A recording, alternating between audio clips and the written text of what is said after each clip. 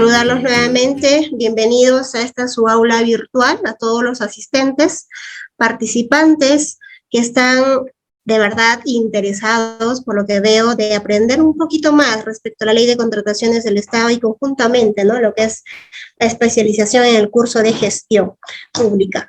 Un tema muy importante, el que vamos a tratar el día de hoy, lo que es el Sistema Nacional de Abastecimiento.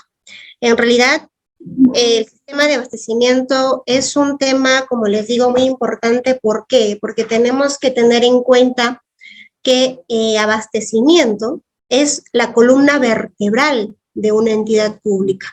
Consecuentemente, esto viene a ser un área, abastecimiento, un área muy importante para el desarrollo, para el ejercicio de una gestión pública, ¿no? Todos los funcionarios que trabajan en las entidades públicas deben conocer la Ley 30225. Y no solamente los funcionarios, también las personas naturales, las personas jurídicas, porque ellos son parte de una contratación pública, son actores de una contratación pública. Entonces, el día de hoy vamos a continuar con el curso de especialización en gestión pública y el tema que vamos a tocar el día de hoy es gestión de abastecimiento, ¿correcto? Yo, para poder de alguna manera profundizar nuestro tema, quisiera saber si en aula tenemos profesionales que ocupan cargos en el área de abastecimiento. A lo mejor tenemos ya jefes de abastecimiento o personales que están directamente relacionados con el tema de contrataciones para poder ahondar un poquito el tema. De lo contrario, si tenemos en el aula profesionales de repente que desconocen en realidad el tema de contrataciones, necesito yo de repente darles los alcances básicos para que ellos no se pierdan durante la exposición. Entonces, quisiera por favor la participación muy activa de ustedes. Es bueno que nosotros intercambiamos ideas, porque el hecho de que yo esté exponiendo no quiere decir que yo lo sepa todo, porque ustedes, seguramente algunos de ustedes, a lo mejor no todos, pero algunos de ustedes puede que actualmente desempeñe alguna labor respecto en el área de contrataciones, o a lo mejor es contratista, es consultor, o puede que también sea un funcionario que tiene que ver con el área usuaria, ¿no? Entonces, la verdad les pediría que tengamos una participación activa. Si tienen alguna duda hay que hacerla. El mecanismo no es que hay que esperar al final del curso para hacer las preguntas, porque a veces se nos va. Entonces, a medida que vamos avanzando, ustedes pueden hacer las preguntas, no hay problema, ¿correcto? Vamos a iniciar con nuestro tema. La gestión de abastecimiento abarca el Sistema Nacional de Abastecimiento, contrataciones con el Estado, los actores de la contratación pública y las etapas de la contratación. Vamos a hablar primeramente respecto al Sistema Nacional de Abastecimiento, ¿correcto? El Sistema Nacional de Abastecimiento es un conjunto de principios, procesos, normas, instrumentos, ¿no?, que están prácticamente relacionadas a la provisión de bienes, servicios o la contratación de ejecución de obras, ¿sí? Esto a través de ¿qué? A través de las actividades de la cadena de abastecimiento público. Y obviamente, como indica la diapositiva, está orientada al logro de resultados, ¿no? Nosotros, cuando nos referimos al logro de resultados, o a lo mejor cuando hablamos de alcanzar el eficaz logro, ¿no?, de los recursos públicos, básicamente vamos a indicar de que esto está relacionado a que todas las contrataciones públicas, ¿no?, están sujetos a una finalidad pública y con el menor costo, y obviamente garantizando la calidad, ¿sí? Ahora, vamos a ver cuál es la finalidad de la cadena de abastecimiento público. ¿Qué busca? Busca asegurar el abastecimiento, el monitoreo de los bienes, servicios y las obras. ¿Para qué? Para lograr los objetivos de las entidades públicas. ¿Y cuáles son los objetivos de las entidades públicas cuando contratan, ya sea bienes, servicios o la ejecución de obras? Definitivamente cada contratación, ya sea servicios, bienes u obras, tiene sus finalidades. ¿Qué pasa si nosotros contratamos la ejecución de una obra cuando esta obra no le es útil a nadie? Cuando no es beneficiario, cuando no existe ningún beneficiario? ¿Se estará cumpliendo con la finalidad de esta contratación? No se está cumpliendo con la finalidad de esta contratación. No sé si ustedes habrán escuchado hablar de los elefantes blancos. A veces el Estado contrata o manda a ejecutar una obra, ejecuta una obra de gran envergadura, pero no es útil a la sociedad. Es un león dormido, como dicen otros. Es una pérdida. Entonces, una de las finalidades es que esta obra, por ejemplo, por decirlo así, sea útil a la sociedad, que tenga una cantidad de beneficiarios, que justifique la ejecución. Otra de las finalidades, ¿cuál sería? La satisfacción oportuna, la atención oportuna. En estos casos, por ejemplo, ahorita nuestro país está sufriendo graves daños a raíz de estas lluvias intensas, los desastres naturales que vemos ahora. Hay emergencias, y hay emergencias que hay que atender en el momento. Muchas de las entidades esperan que pase un mes, 2 meses, para que ejecute. ¿Habrá ahí una satisfacción oportuna a la atención del servicio? No la hay. Entonces no se estaría cumpliendo con la finalidad de una contratación. ¿No es cierto? ¿O qué pasa si una obra ejecutada está sobrevalorada? Entonces, hay ciertos criterios que se tiene que tener en cuenta para una contratación pública, ¿sí? Esos son básicamente estos 3 aspectos que se tiene que tener. Uno, que se pueda salvaguardar los recursos, es decir, que la ejecución o de la contratación tiene que estar inmerso a los costos reales del mercado, tiene que garantizar la calidad de la prestación de servicio o de la obra y tiene que tener una satisfacción oportuna. De lo contrario, nuestra contratación prácticamente sería inútil, ¿sí? Ahora, vamos a hablar cuáles son, ¿no?, quienes intervienen en el Sistema Nacional de Abastecimiento Público. Vemos nosotros aquí, pueden ustedes visualizar, vamos a tener 3 entidades que participan en el Sistema Nacional de Abastecimiento. ¿Cuáles son estas entidades? Tenemos la Dirección General de Abastecimiento del Ministerio de Economía y Finanzas.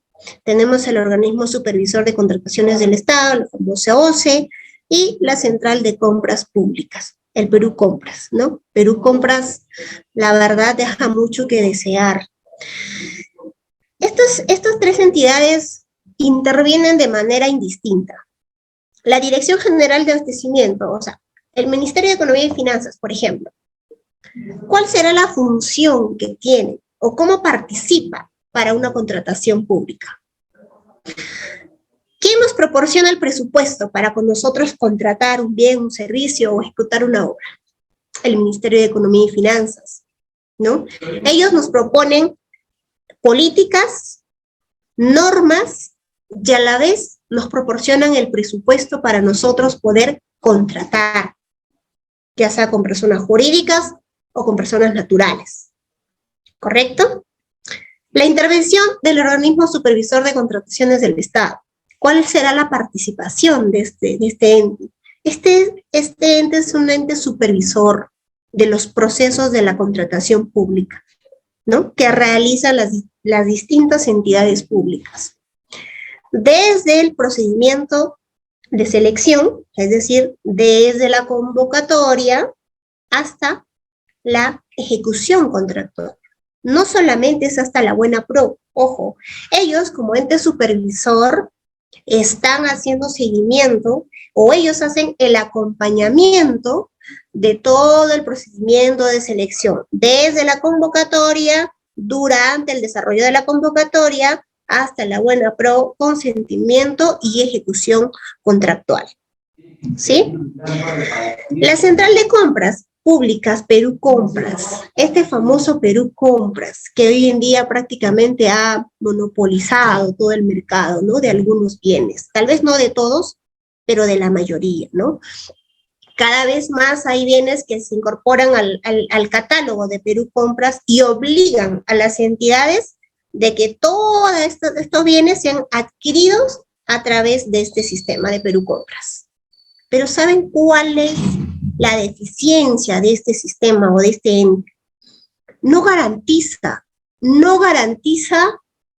la contratación del bien que la entidad requiere. A lo mejor, como ente, de repente, que facilita, dice, la articulación de las entidades públicas, de los proveedores de bienes y servicios.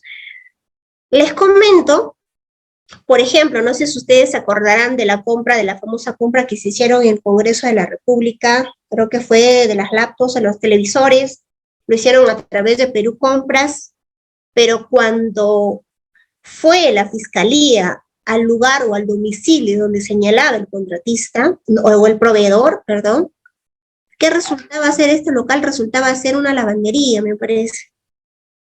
Entonces, por ejemplo, si nos llega un bien adquirido a través de Perú Compras y este no cumple con las características requeridas por el área usuaria, ¿a dónde reclamamos? Cuando uno va al domicilio que señala en el catálogo de Perú Compras, el proveedor señala su domicilio, cuando uno acude al lugar, resulta ser cualquier otra cosa. Nos venden borceguís de repente, uniformes para los jardineros. Lo compramos a través de Perú Compras, o compramos de repente llantas para nuestras maquinarias de una entidad. Nos vende un proveedor de Lima, pero estas llantas no cumplen con las especificaciones técnicas que hemos requerido. Entonces, cuando nosotros reclamamos, ¿a dónde vamos? Nosotros vamos a la dirección que ellos han consignado en el catálogo, pero esta dirección es de otra tienda, una farmacia, no venden llantas. ¿Y a quién reclamamos? Muchas de las veces llamamos a los teléfonos que ellos consignan como proveedores y nunca responden. Entonces, ¿creen ustedes de que en realidad Perú Compras garantiza la adquisición de bienes? Puede que de repente garantice la transparencia de la adquisición, ¿no? Porque ahí a lo mejor, bueno, de alguna manera se podría decir que no hay colusión, pero ¿garantiza en realidad la finalidad de la compra? ¿La calidad? Yo creo que no. Particularmente, y por experiencia les cuento de que yo he tenido problemas con algunos bienes que he comprado, laptops, por ejemplo, hemos adquirido para una entidad, nos llegó, no cumplían con las características que nos habían cotizado en el catálogo, llamamos al proveedor, nunca respondía, mandamos a un personal a Lima para que pueda ir a hacer el reclamo y solicitar el cambio, sin embargo, nunca tuvimos respuesta alguna, nunca ubicamos al proveedor. Lamentablemente solamente nos quedó informar, ¿no? Informar a la OCE para que la OCE, bueno, se encargue de ubicar al proveedor y pueda ya tomar las acciones que corresponden para las sanciones administrativas. Pero al final de cuentas el perjuicio está, el daño está, la entidad ya está perjudicada económicamente. Entonces, en realidad, yo no veo tanta, de repente, garantía, ¿no? La compra a través de este sistema, pero lamentablemente, la entidad está obligada a adquirir los bienes. No todos los bienes de repente, pero sí la mayoría de los bienes que hoy en día ya están, ¿de acuerdo, Marco? Adquirirlo por este medio, ¿no? Ahora, vamos a pasar a lo que son contrataciones con el Estado, ¿no? Este es otro punto que nos toca hablar el día de hoy. La ley 30225, que es la ley de contrataciones del Estado. ¿Cuál es la finalidad de esta ley? Esta ley tiene por finalidad establecer normas orientadas a maximizar el valor de los recursos en las contrataciones de bienes, servicios u obras. Como les decía hace un momento, ¿no? Esta ley establece a través del reglamento de la Ley de Contrataciones del Estado, el Decreto Supremo 344 de 2018, establece las normas que deben contemplar o que deben seguir las entidades públicas para la contratación de bienes, servicios o ejecuciones de obras. El reglamento contempla cómo nosotros tenemos que llevar el procedimiento de selección, cuáles son los plazos, los mecanismos que debe contemplar un expediente de contrataciones, quiénes están impedidos de contratar con el Estado, cuál es la sanción por contratar con el Estado estando impedido, cuáles son las causales para una resolución de contrato, y etcétera, etcétera, ¿no? Entonces, esta es la finalidad básicamente de la Ley de Contrataciones del Estado. Vamos a ver los principios que rigen las contrataciones del Estado. Estos principios son fundamentales para un correcto procedimiento de selección. Si las entidades públicas no toman en cuenta estos principios, el proceso de selección, así esté con buena pro, con sentido, incluso con contrato, puede declararse nulo. En caso, durante la ejecución del procedimiento de selección se haya vulnerado alguno de estos principios. Y por lo general, se vulnera el principio de transparencia, principio de concurrencia, igualdad de trato y publicidad. Esos son los 4 principios que básicamente se suele vulnerar durante el procedimiento de selección, y muchas de las veces, por no decirlo todas las veces, que se declara nulo un proceso de selección es porque se transgrede estos principios. Obviamente tenemos dentro de los principios el artículo 2 de la ley, nos establece, ¿no?, la integridad, la equidad, sostenibilidad ambiental social, vigencia y tecnología, eficacia y eficiencia, competencia, publicidad. Sin embargo, lo que siempre se recomienda durante el proceso de selección, lo que se recomienda es que la entidad debe generar o debe promover la libertad de concurrencia. ¿Por qué ustedes creen, por ejemplo, de que, no sé si alguno de ustedes es funcionario, alguno de ustedes trabaja en el área de abastecimiento? En las bases de un procedimiento de selección, por ejemplo, o en los términos de referencia que contempla las bases, se contempla ciertos requisitos que no son necesarios. No me van a dejar mentir, hoy en día estamos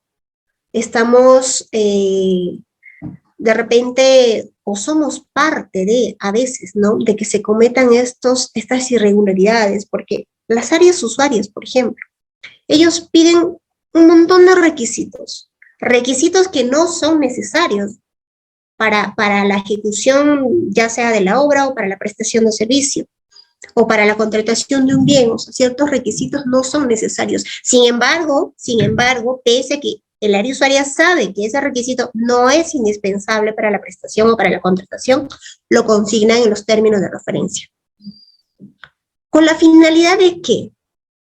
¿Cuál será la finalidad de pedir tantos requisitos? ¿O por qué? ¿Para qué? Porque sabe que un postor tiene esos requisitos. Un postor cumple esos requisitos. Entonces, ¿se estaría vulnerando la libre concurrencia? Sí, porque estamos limitando a que los otros proveedores, a que los otros postores puedan participar en este proceso de selección, porque definitivamente si ellos van a revisar las bases, y en las bases dentro del capítulo 3 de los requisitos, ¿no?, de los términos de referencia, van a darse cuenta que no cumplen. Y si no cumplen, sería una pérdida de tiempo que ellos se presenten a este proceso de selección. ¿no? Una pérdida de tiempo y una pérdida económica también, porque el hecho de armar una oferta económica contempla inversión, ¿no? Una pequeña inversión. Entonces, eso limita a que los postores puedan participar en el proceso de selección. Y eso puede ser materia de observación y, consecuentemente, puede ser causal de nulidad. Por eso es que durante la etapa del procedimiento de selección hay una etapa de consultas y observaciones. En esa etapa de consultas y observaciones, por ejemplo, si yo fuera proveedor, requieren la contratación de un servicio de una elaboración de expediente técnico para la construcción de un hospital, ¿no? Y me piden profesionales de repente, no sé, que no tenga nada que ver con el proyecto. Entonces, yo puedo hacer la observación e indicar de que la entidad está vulnerando el literal A del artículo 2 de la Ley de Contrataciones del Estado. Es decir, se está vulnerando la libertad de concurrencia. ¿Por qué? Porque está pidiendo requisitos que no son indispensables para poder ejecutar el servicio. Y consecuentemente, me está limitando a participar en ese proceso de selección. Cuando debería de ser al revés, la entidad debe promover la libre concurrencia, más no limitar. Y si pese a la observación que yo hago, la entidad integra las bases y no me absuelve y ellos simplemente indican de que, bueno, es necesario ese profesional y consecuentemente lo requieren.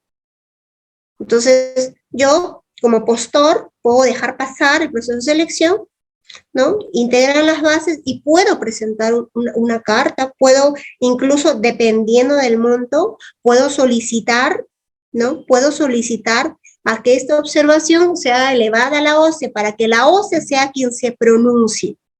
Esos son derechos que tienen todos los postores o los proveedores. Si ellos no están conformes con la absolución de consultas u observaciones, si el proceso de selección es más de 2.800.000, ellos pueden solicitar que estas consultas sean elevadas a la OCE, para que la OCE sea quien revise estas consultas y defina, ¿no?, si efectivamente la absolución de consulta es la correcta o en efecto la entidad está vulnerando el principio de la libertad de concurrencia, ¿no?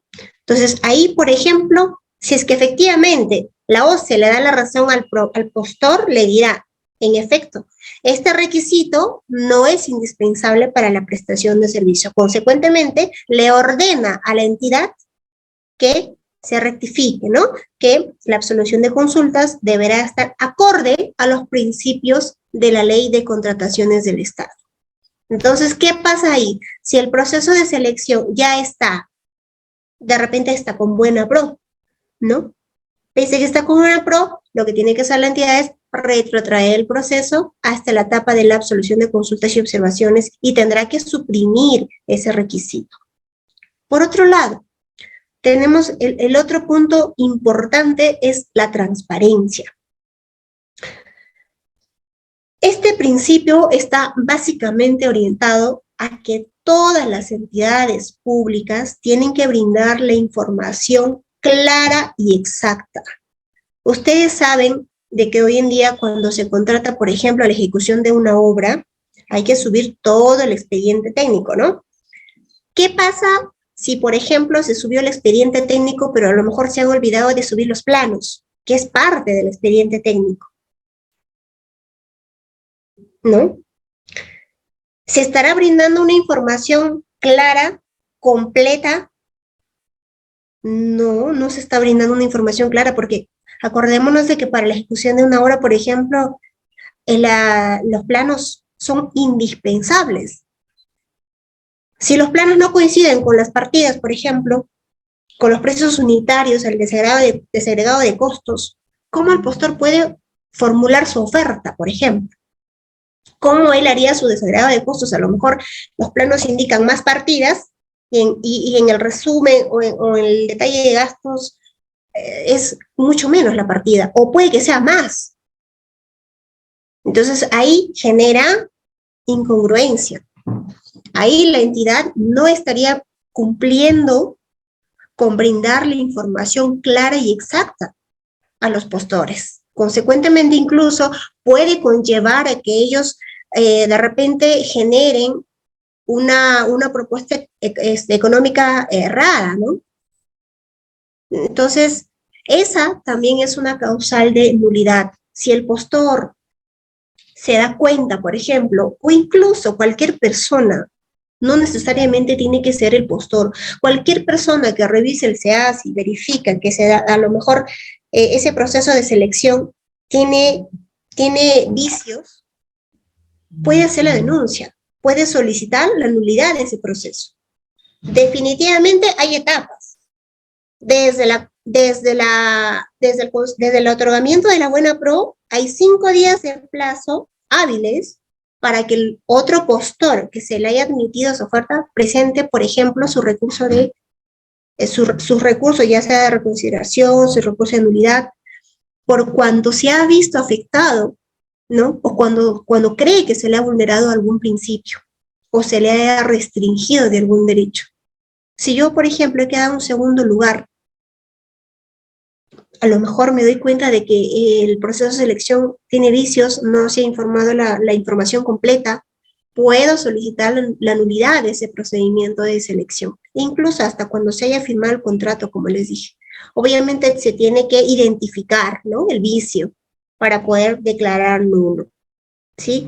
Esos son básicamente los principios que tenemos que tener en cuenta cuando nosotros somos parte o intervenimos en una contratación pública. Y tenemos que tener en cuenta también, queridos amigos, de que una nulidad genera responsabilidades. No es que hay que declararlo nulo porque nos equivocamos y ya está y lo volvemos a convocar. No es así. Declaramos nulo el proceso, pero en el informe, ¿no? Porque una nulidad, el reglamento de la ley de contrataciones lo dice, genera, hay que deslindar responsabilidades. ¿De quién ha sido el error? ¿De la usuaria? ¿Del comité? ¿Del OE? ¿Dónde está el vicio? Se identifica el vicio, se declara nulo y se deslinda responsabilidades.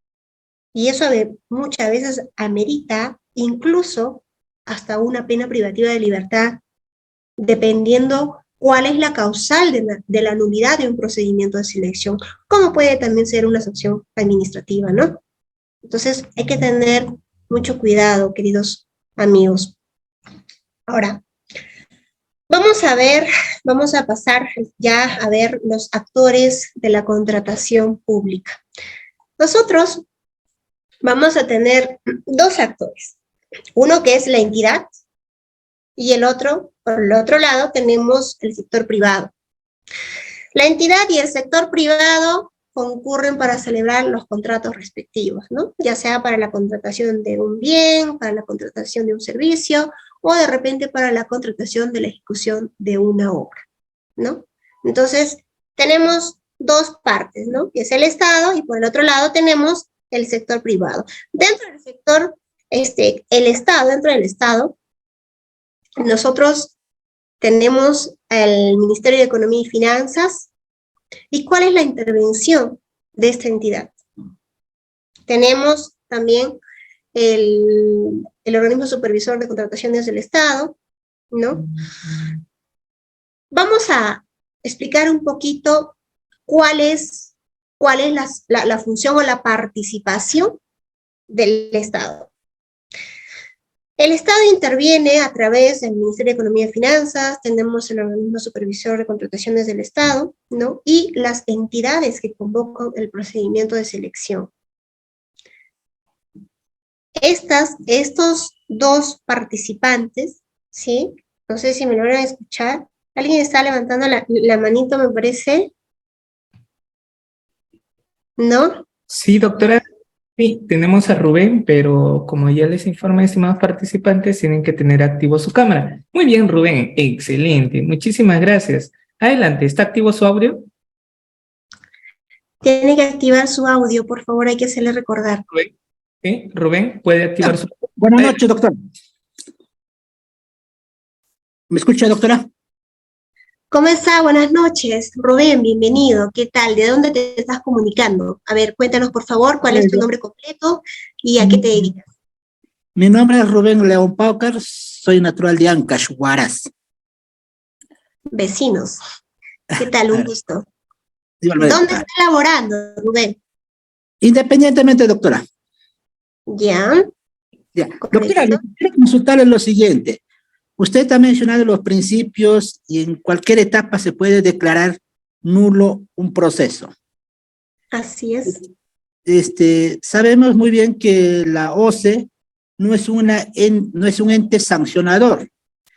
Y sabemos también, o en nuestro sistema, hay que las municipalidades o gobiernos regionales, cuando uno observa, un contratista observa una base, a pesar de la observación, lo integran, lo otorgan la buena pro, lo firman contrato, toda vez que un proceso, mientras que ponga su reconsideración, se vaya a la OCE, todo, ¿cuál sería la otra vía que sea mucho más efectivo y eficaz para que pueda a la entidad obligarle a decirle que te equivocaste, corta acá, y ahí retrocede, y no más no seguir los procedimientos? Correcto. Rubén, gracias por la pregunta. Vamos a ir aclarando. A ver, con respecto al primer punto, la OCE, la OCE es el organismo supervisor de contrataciones del Estado, como su propio nombre lo dice, ¿no? Supervisa, hace el acompañamiento, como les había dicho, desde la convocatoria hasta la ejecución contractual, pero a la vez sanciona, claro que sanciona. La OCE sanciona a todos los proveedores del Estado cuando estos proveedores incumplan injustificadamente la ejecución contractual. Por eso es que cuando existe una resolución de contrato, esta resolución de contrato se sube al sistema. ¿Para qué? Para que la OCE, ¿no?, en cumplimiento de sus funciones, pueda abrirle un proceso administrativo sancionador. ¿Sabe usted que podemos nosotros como personas naturales o jurídicas estar sancionados y estar impedidos para contratar con el Estado?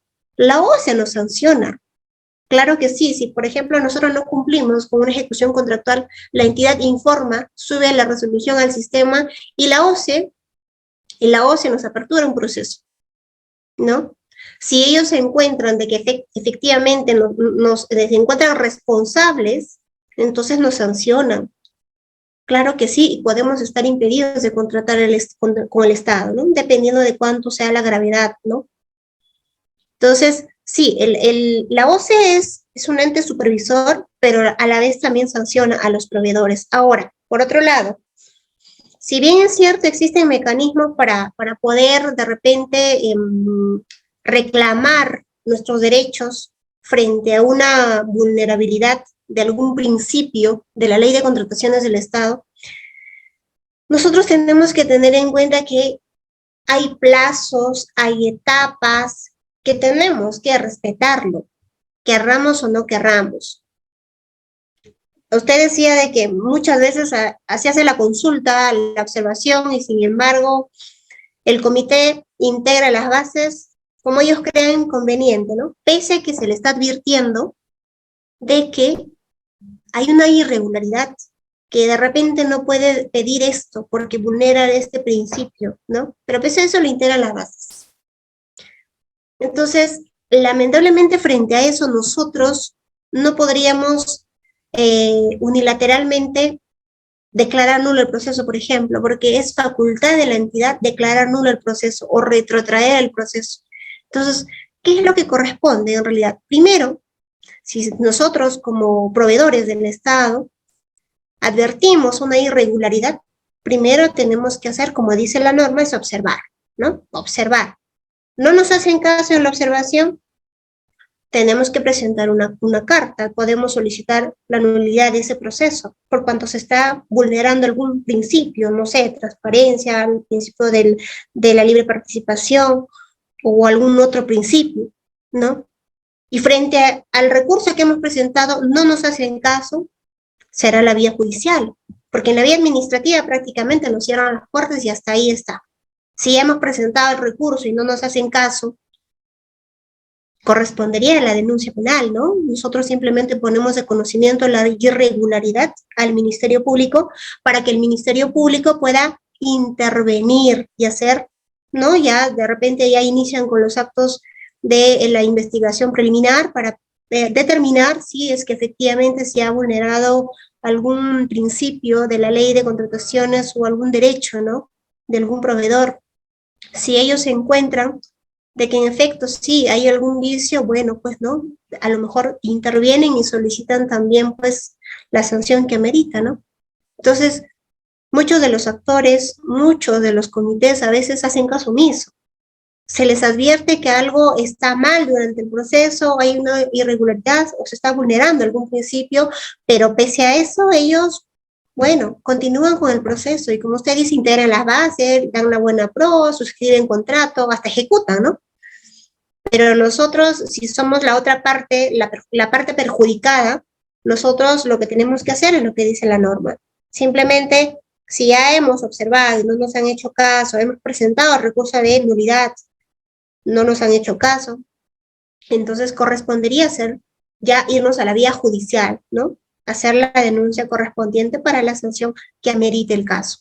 Eso es lo único que podemos hacer nosotros y de repente poner de conocimiento también a la OSI, ¿no? Para que puedan ellos intervenir. Entonces, no hay otro mecanismo en realidad, no hay otra cosa que nosotros como postores a lo mejor podamos hacer. ¿Sí? No sé si quedó claro.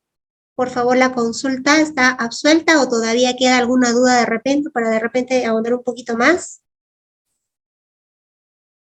A ver, Bravo Díaz, Bruno. Adelante. Buenas noches. Buenas noches, señor Bravo. Sí, prenda su micrófono, correcto. ¿Me copia, doctora? ¿Cómo está? Buenas noches. ¿Me Sí, copia? adelante. ¿Qué tal? Adelante. ¿Cómo está? Buenas noches.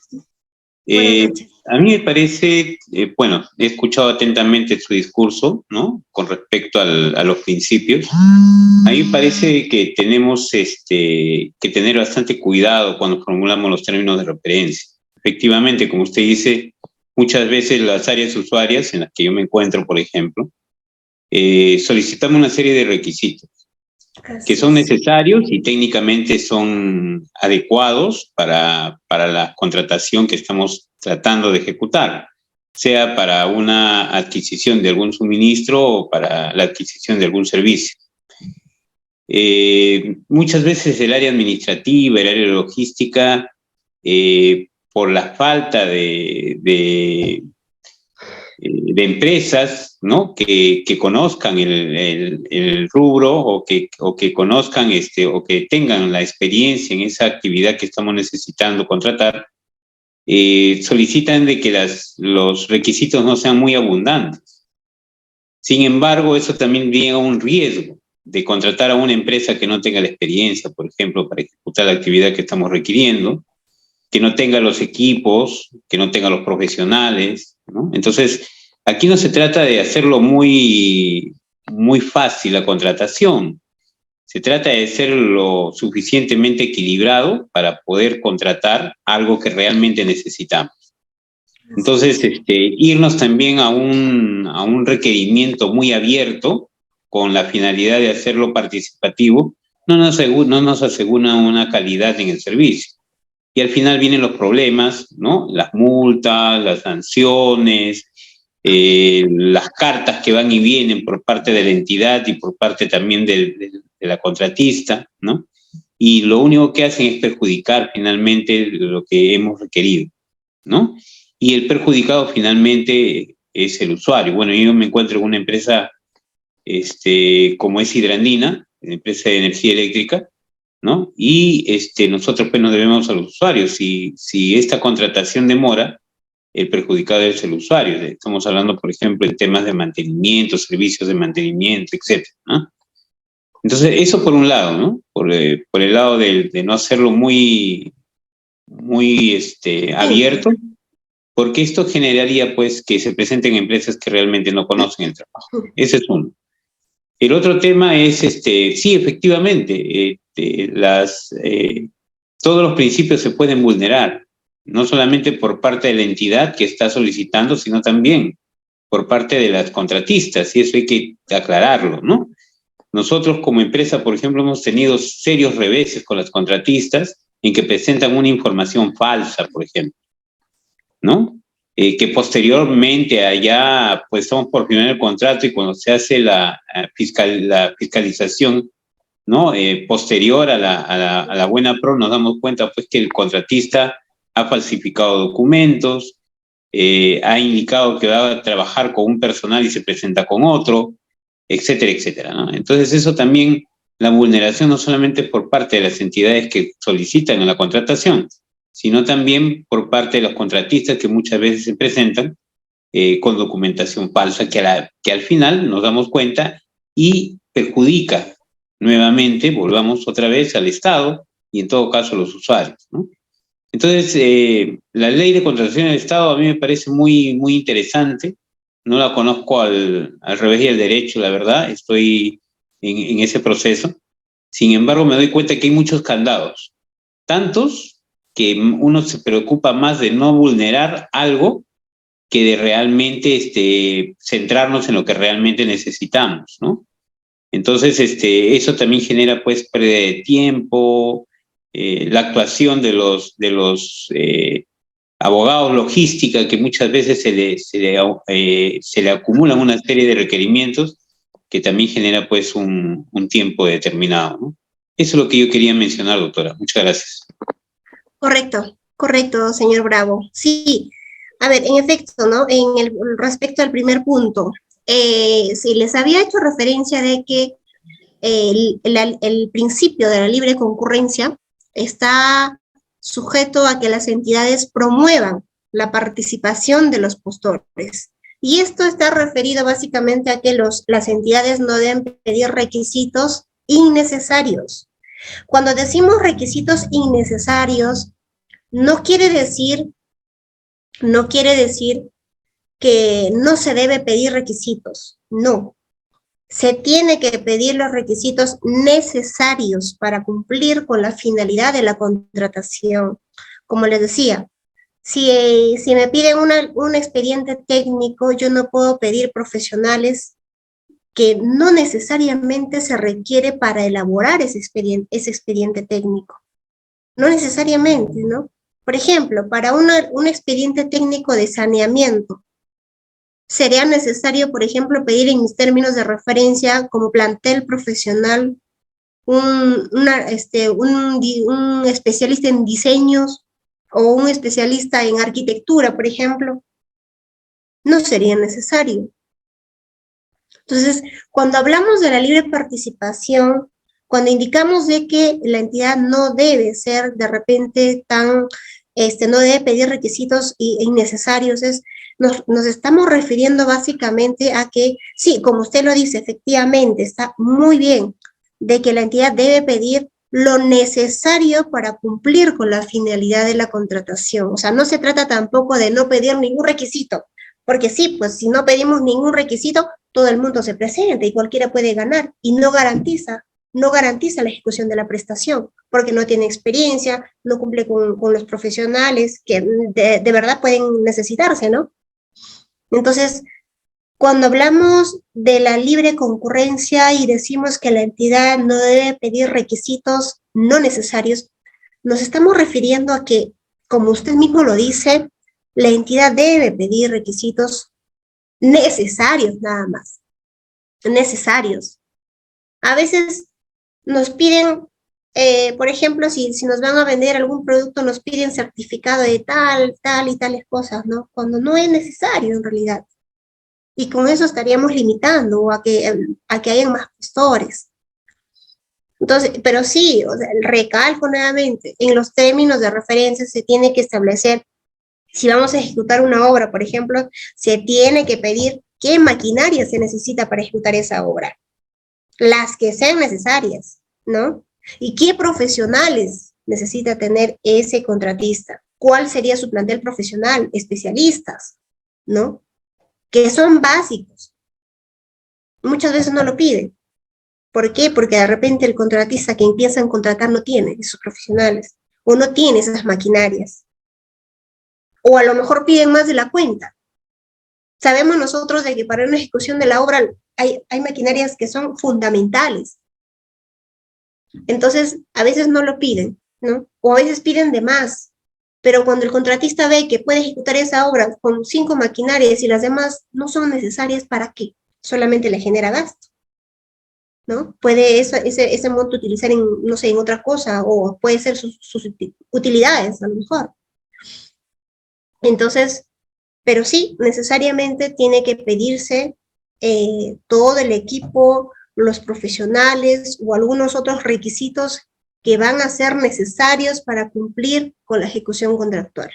Ahora, por otro lado, hacía usted referencia de que los principios no solamente también vulneran la entidad, sino también el contratista, ¿no? Porque a lo mejor ya una vez dado la buena pro, una vez suscrito el contrato, nos damos cuenta de que algún documento por ahí es falso, o a lo mejor, como le decía usted, el contratista ofertó tales profesionales, sin embargo vienen otros. Entonces, sí, efectivamente, ahí se vulnera también los principios, y no lo está vulnerando la entidad, lo vulnera el contratista. Sí, definitivamente, ¿no?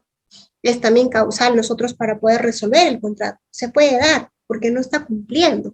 Bien se puede resolver o bien se puede aplicar las penalidades también.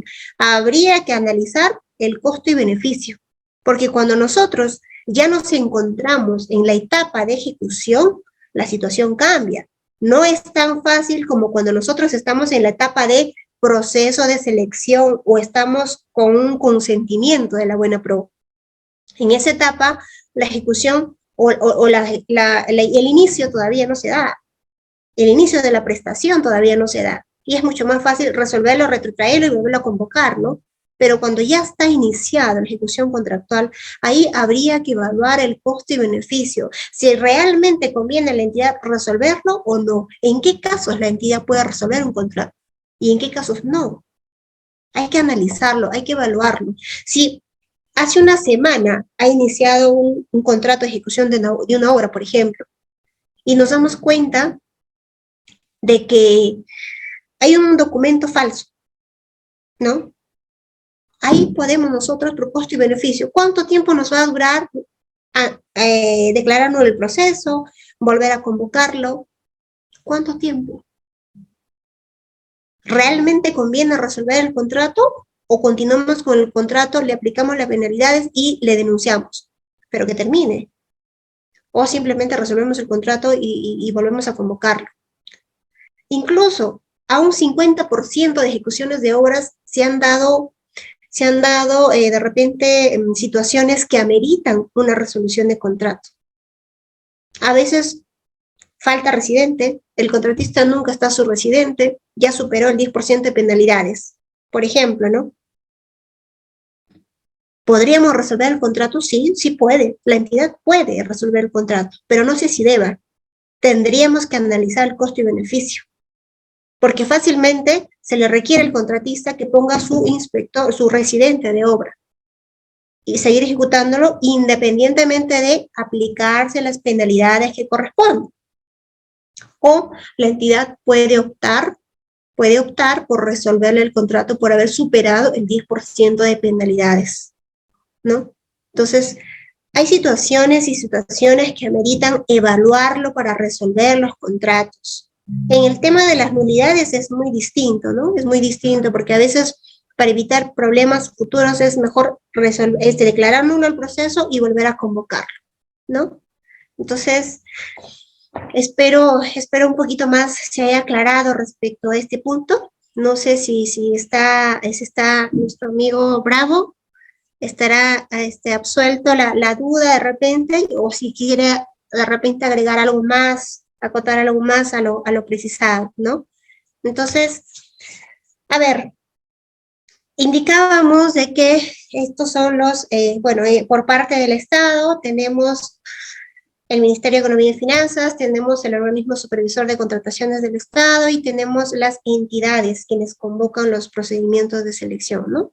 Para todos los tipos de contrataciones y tenemos también la Contraloría General de la República. Ahora, por parte del sector privado,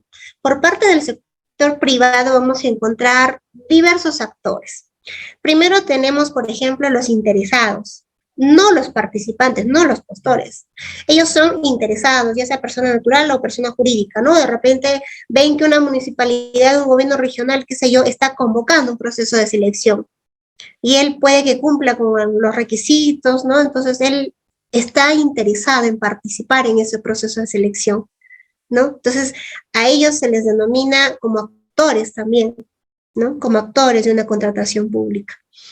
Ahora, los postores, en este caso, los postores ya ellos son los que participan en los procesos de selección. Una vez convocado un procedimiento de selección, vamos a tener las etapas, ¿no? La primera etapa es el registro de participantes. Entonces, en esa primera etapa, los postores se inscriben como participantes, ¿no? Como postores. Entonces, ellos presentan sus ofertas. Y una vez que ellos presentan sus ofertas, ya pasan a ser los postores y consecuentemente se les denomina ya actores, ¿no? De la contratación pública. ¿Sí? Tenemos también los adjudicatarios. Ellos ya son los que son beneficiarios de un procedimiento de selección. O sea, a ellos ya se les ha otorgado la buena pro, ¿no? Se les ha adjudicado la buena pro de tal procedimiento de selección. Ellos son los ganadores de un procedimiento de selección. Una vez evaluados los requisitos y todo lo demás, el comité de selección, ya sea por unanimidad o por mayoría, le da la buena pro a este postor. Entonces, este postor se le denomina adjudicatario, ¿sí? Y también es parte del actor de una contratación pública. Contratistas o concesionarios. Ellos son personas naturales o jurídicas que contratan con el Estado, ¿no? Subcontratistas. Bueno, en este caso nosotros tenemos, por ejemplo, el subcontratista, si bien es cierto, no tiene ningún vínculo directo con la entidad, pero sin embargo es quien va a ejecutar un servicio, una prestación de servicio o va a ejecutar una obra indirectamente, ¿no? A pedido del contratista. Si nosotros contratamos con una persona X, esta persona X subcontrata con otra tercera persona, natural o jurídica. A esta tercera persona le llamamos el subcontratista, ¿no? ¿Sí? ¿Queda claro? Los agremiados. En este caso son representantes, ellos representan a los contratistas, que son, por ejemplo, como la Cámara Peruana de la Construcción, Asociación Peruana de Consultoría, o la Cámara de Comercio, ¿no? que es bien conocido, ¿no? A ellos se les denomina los agremiados y también forman parte de los actores de una contratación pública. Vamos a entrar a las etapas de la contratación pública. Esta etapa es bastante importante porque vamos a ver desde el punto de partida hasta la ejecución contractual. Esta es la parte, creo yo, más interesante de una contratación pública, porque desde acá parte todo el procedimiento de selección, incluso está contemplado los actos preparatorios, el requerimiento, los términos de referencia, las especificaciones técnicas cuando se trata de una contratación de bienes, ¿no? Vamos a tener ahí toda la etapa del procedimiento de selección, desde la convocatoria hasta la buena pro, hasta el consentimiento. Y vamos a tener también la ejecución contractual, ¿no? Una vez suscrito el contrato, la ejecución contractual, que no siempre a veces concluye. Muchas veces se resuelve el contrato por las causales que indica el artículo 164 del reglamento de la ley de contrataciones, ¿sí? Las actuaciones preparatorias. ¿Cómo inicia una contratación pública? ¿Cuál es el punto de partida? Acabamos de conversar con nuestro colega, con nuestro amigo Bravo, que nos hacía referencia de los términos de referencia, ¿no? Nosotros cuando tenemos una necesidad, hacemos un requerimiento, ¿sí? Hacemos un requerimiento. ¿Y qué es lo que va a contemplar nuestro requerimiento? Cuando vamos a contratar, por ejemplo, un servicio, ¿qué adjuntamos en nuestro requerimiento? ¿Alguno de ustedes lo puede mencionar? Yo sé que muchos de ustedes seguramente son funcionarios, trabajan en alguna entidad pública o privada, ¿no? O a lo mejor tenemos en aula contratistas, tenemos algún consultor, a lo mejor. Quisiera la participación, por favor. No sé si podríamos dialogar un poquito, conversar un poquito. ¿Alguno de ustedes sabe qué cosa tiene que contemplar un requerimiento? ¿Qué se tiene que adjuntar a un requerimiento? Cuando voy a contratar un servicio, por ejemplo, tengo que adjuntar ¿qué cosa?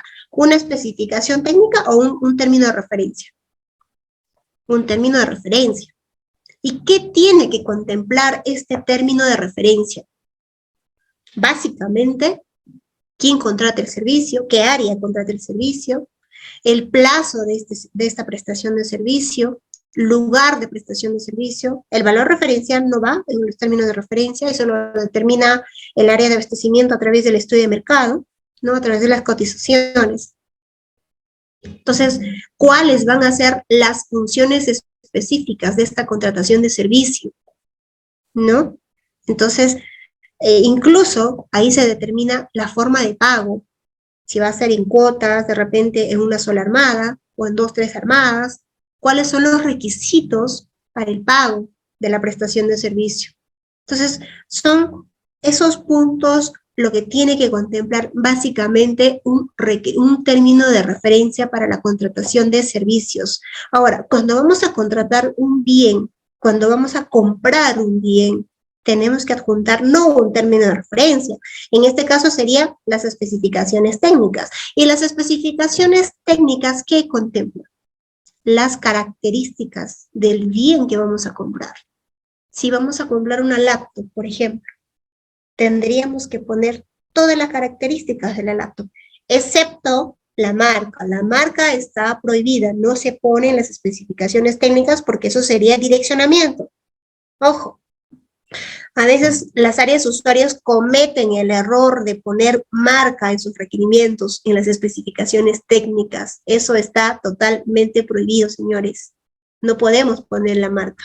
Solamente se describen las características que nosotros queremos comprar. Y ojo, tampoco podemos de repente poner las características que tengan una marca específica, porque eso también podría conllevarse a un direccionamiento, ¿no? Entonces, cuando compramos un bien, especificaciones técnicas, la cual contempla las características del bien que vamos a comprar. Ahora, ¿qué pasa si nosotros compramos o vamos a ejecutar una obra? ¿Qué tendría que adjuntar yo a mi requerimiento? Al expediente técnico. Pero este expediente técnico tiene que estar aprobado. Si no estuviera aprobado, ¿podría yo hacer mi requerimiento para la ejecución de una obra? No. No, porque no es válido ese expediente técnico, porque no está aprobado. A lo mejor ni siquiera está evaluado. Entonces, ¿cómo sabemos nosotros si esa obra, si ese expediente está bien o no para ejecutar esa obra? Consecuentemente, no podemos hacer nuestro requerimiento para la ejecución de esa obra que no tiene una aprobación del expediente técnico. ¿Correcto? Entonces, el área usuaria es responsable de hacer una adecuada formulación de requerimiento, debiendo asegurar la calidad técnica y reducir la necesidad de su formulación por errores. El área usuaria es el encargado de hacer su requerimiento. Y el área usuaria está en la obligación de poner, ¿no?, las condiciones de pago. Ojo, no se olviden, eso es muy importante. Si el área usuaria hace mal su requerimiento, si los términos de referencia están mal, ¿quién es el responsable? ¿El área de abastecimiento? No. ¿El comité? No. El área usuaria se carga la responsabilidad. Entonces, si yo voy a contratar un consultor, por ejemplo, yo debo saber qué requisitos tengo que pedir para contratar ese consultor. En principio, ¿qué labor me va a hacer? ¿Cuál va a ser su función? O sea, ¿Qué tipo de servicio? Consultor para elaboración de expediente técnico. ¿Qué tipo de expediente técnico? Construcción de un hospital, saneamiento básico, de repente mantenimiento de una carretera. No todo va a contemplar lo mismo. Cada tipo de consultoría tiene sus propios profesionales específicamente para la finalidad de esa contratación. La elaboración de un expediente técnico, por ejemplo, para un hospital, ahí tiene que tener varios especialistas. Uno que puede ser el jefe de proyectista, ¿no? Otro podría ser especialista en diseño, especialista en arquitectura, porque es una construcción. Entonces, ¿qué pasa si, por ejemplo, no le pongo un especialista en arquitectura? ¿Quién va a diseñar? ¿Quién va a diseñar el hospital? Es básico, ¿no? Entonces, si yo, por ejemplo, voy a hacer mi requerimiento y pongo como plantel profesional de esa contratación de servicio, de repente solamente jefe de proyectista, de repente un especialista en metrados y su asistente técnico, ¿no? Ya está. Pero ¿quién hace el diseño? ¿Quién hace la arquitectura? Si yo no lo he puesto en mi requerimiento. Al final de cuentas, si el consultor me hace el expediente técnico y lo aprueban por error, pero ese expediente técnico va a tener deficiencias, porque no todos tienen la especialización para elaborar un servicio. Puede que un ingeniero civil pueda hacer el diseño, todo lo demás, sí, pero a veces se necesita de un especialista. No todo lo puede hacer el ingeniero civil. Entonces, ese expediente va a contemplar deficiencias. ¿Y quién es el responsable? El área usuaria. El comité va a decir, bueno, yo he contratado a un profesional y el término de referencia me ha pedido 2 especialistas y acá están estos 2 especialistas. No ha pedido un especialista en arquitectura.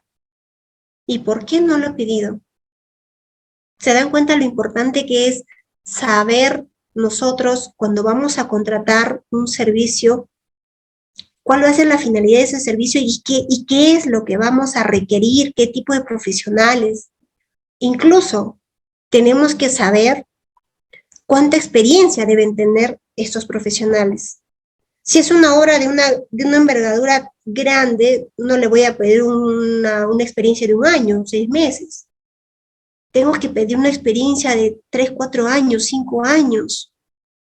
Tengo que pedir una experiencia de que este profesional, su especialista, haya sido especialista en la ejecución de algunas obras o en la elaboración de otros proyectos. 3, 4, 5 proyectos iguales o similares. Sí, adelante, señor Bravo, adelante, levantó la mano. Sí, doctor Bravo Díaz, había levantado la manito, se bajó. Por favor, le voy a dar pase nuevamente al audio. Ahí está. Sí. Sí, efectivamente, uno solicita en este caso, pues la experiencia, por ejemplo, del personal, ¿no? Pero también hay que estar muy fijado en la realidad del mercado. ¿Por qué le digo esto? Porque muchas veces no es lo mismo contratar en Lima, por ejemplo, que contratar en Chimbote, donde yo me encuentro. ¿Por qué? Porque las empresas, de repente, que tienen más especialidad, se encuentran en Lima. Y si bien es cierto, esta es una contratación a nivel de todo el país y muchas veces también inclusive a nivel del exterior, eso implica un costo elevado con respecto a lo que es la contratación de una empresa que esté cerca a la zona, ¿no? Donde se va a ejecutar la actividad. Entonces, ha resultado de que muchas veces hay empresas que no se presentan porque pedimos de repente, como usted dice, por ejemplo, para un contrato de 28 millones, ¿no? un profesional que tenga como mínimo 5 años de experiencia en la actividad que nosotros estamos solicitando, ¿no? No basta que sea ingeniero, sino que tenga la experiencia necesaria como para poder llevar pues un contrato de 28 millones, ¿no? Y eso va por un bagaje en cuanto a la experiencia profesional. Sin embargo, esos profesionales muchas veces no están en las provincias. Esos profesionales están en la capital, ¿no? Y las empresas muchas veces no se presentan porque no tienen el profesional a la mano. Tampoco se trata de colocar un profesional que tenga pues un año porque son los que hay en la zona, porque eso no asegura tampoco el éxito del proyecto o de ejecución de la actividad. Entonces, por eso vuelvo a insistir, el tema de la ley de contratación en el Estado es un tema bastante interesante, pero donde definitivamente implica tener mucho equilibrio para poder solicitar lo que realmente se necesita, por un lado, para tener una clara idea de qué cosa es lo que tienes a la mano dentro del mercado que tienes, ¿no? Y porque si no, tu contratación o tu concurso se va a venir de ausencia en ausencia y finalmente se va a dilatar el tiempo, ¿no? Entonces, y el otro tema es, ¿qué cosa es lo que pedimos como requisitos de calificación? Muchas veces solicitamos algo. Estimado Bruno, por favor, sé precisos cuando intervengan, por favor, porque también tenemos una siguiente sesión. Agradezco su comprensión. Doctora Giovanna, adelante, por favor. Correcto. A ver, sí, señor Bravo, muchas gracias. Mire, en efecto, a veces en el mercado, como usted lo dice, no se cuenta con los profesionales o especialistas que uno requiere para una ejecución de una obra de una envergadura grande, ¿no? Sin embargo, nosotros no podemos ser tan ligeros de requerir profesionales de poca experiencia para una obra grande, ¿no? Estaríamos poniendo en riesgo la ejecución de esta obra. Entonces, teniendo en cuenta que el proceso de selección es a nivel nacional, es abierto, hay empresas que cumplen con los requisitos, hay empresas que, obviamente, yo como empresa de repente no puedo tener los profesionales a la mano, no lo voy a tener nunca, lo voy a contratar cuando me voy a presentar a un proceso de selección. Y eso parte mucho del expediente técnico, porque en el expediente técnico contempla los gastos. En el expediente técnico, ahí indica, por ejemplo, cuánto es el gasto en los profesionales y etcétera. Entonces, definitivamente ahí, si es que el expediente técnico me contempla un pago de 10.000, 15.000 soles a un especialista, yo creo que sí se puede cubrir ese especialista, ¿no? No habría ningún inconveniente en realidad. Pero sí nosotros tenemos que tener en cuenta la envergadura del proyecto para nosotros poder requerir nuestros especialistas. No podemos nosotros poner en riesgo y decir, bueno, no hay ingenieros especializados o cobran mucho y por lo tanto vamos a pedir solamente experiencia mínima. No, sería poner en riesgo, ¿no?, la ejecución de la prestación y no se estaría cumpliendo a lo mejor con la finalidad pública. No habría garantía en realidad, ¿sí? Bien, vamos a continuar en todo caso. Las actuaciones preparatorias, como les indicaba, de que el área usuaria hace un papel muy importante en este tema, muy importante, porque de su área parte todo el proceso de contratación. Si los términos de referencia están mal, créanme que vamos a tener problemas durante el proceso de selección. Y muchas veces se ha retrotraído un proceso de selección porque los términos de referencia están mal, son deficientes, no son claros o hay contradicciones. Entonces, estas incongruencias generan, ¿no?, que se vulnere de repente el principio de transparencia. A lo mejor no se ha contemplado toda la información que se requiere, por ejemplo, ¿no? Entonces, podría ser también causal de nulidad del procedimiento de selección. Entonces, áreas usuarias siempre nosotros, todos creo que somos áreas usuarias, todos, incluso hasta el que trabaja en abastecimiento, hace su requerimiento, ¿no? Y los demás, por necesidad, definitivamente también son participantes o actúan de alguna manera en el proceso de contratación. Les decía, bueno, esto es la descripción básica, los términos de referencia, que son, bueno, los requisitos funcionales, lo más relevante, ¿no?, para cumplir con la finalidad de la contratación. Las especificaciones técnicas, que es la descripción precisa, ¿no?, de las características del bien que vamos a contratar, como les había mencionado. Y el expediente técnico de la obra, ¿no? Cuando vamos a contratar una obra tenemos que hacer nuestro requerimiento y adjuntar todo el expediente técnico, y este expediente técnico tiene que estar aprobado, ¿sí? Entonces, no esté aprobado, nosotros no podríamos, ¿no?, hacer nuestro requerimiento para la ejecución de tal obra. El valor referencial. Les había mencionado que el valor referencial, por lo general, cuando vamos a contratar un servicio, lo determina el área de abastecimiento a través del estudio de mercado, ¿no?, en lo que son bienes y servicios. Ahora, cuando nosotros vamos a contratar una ejecución de una obra, el valor referencial, ¿dónde estará contemplado? En el expediente técnico, porque les decía hace un momento, el expediente técnico contempla todos los gastos, gasto variable, los gastos fijos, tenemos ahí incluso cuánto se le va a pagar al supervisor. En el expediente técnico está.